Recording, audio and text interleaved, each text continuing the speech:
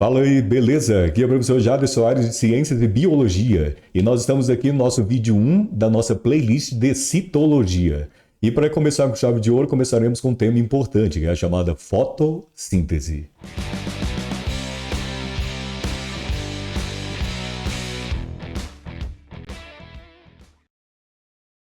Então, galerinha, para a gente começar, a primeira coisa que eu coloco ali para você é a equação básica do processo. Então, você tem CO2, reage com água para a formação de C6H12O6, que é a glicose, com liberação de O2, oxigênio.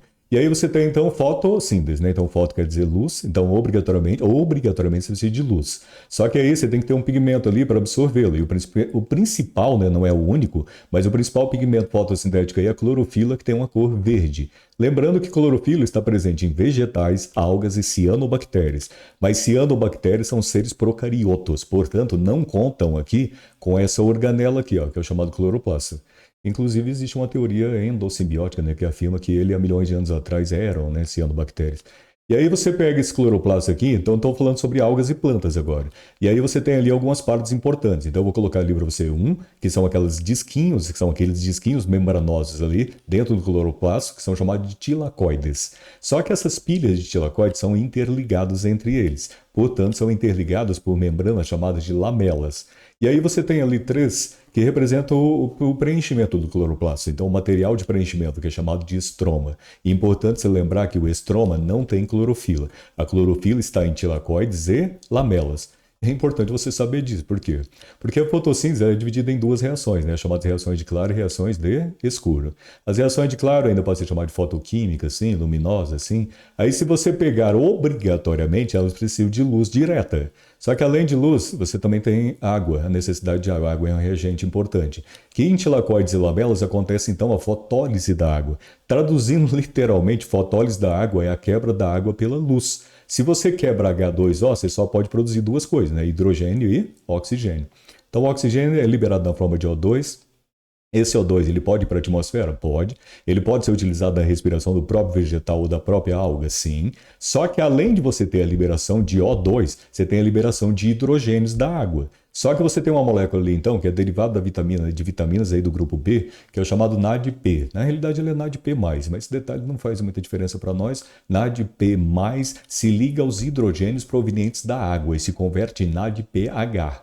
Esse NADPH, daqui a pouco eu vou te mostrar a função dele, mas antes disso, você tem ali as reações também de claro, que são chamadas de fotofosforilações. Então você tem a fotólise da água e as fotofosforilações, que são duas reações de claro.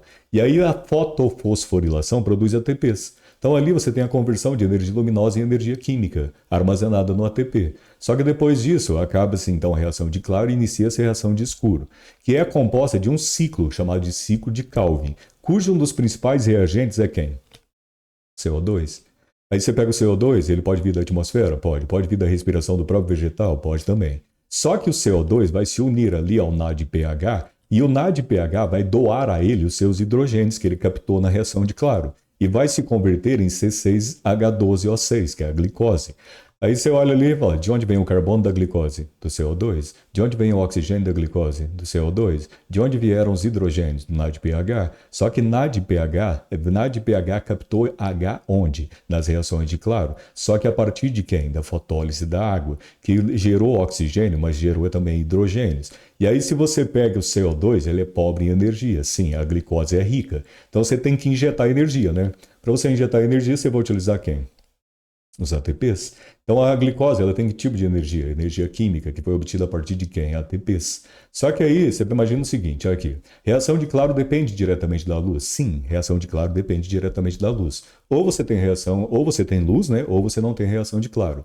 A reação de escuro é independente da luz? Não, ela depende da luz, só que não de forma direta, de forma o quê? Indireta. Por quê?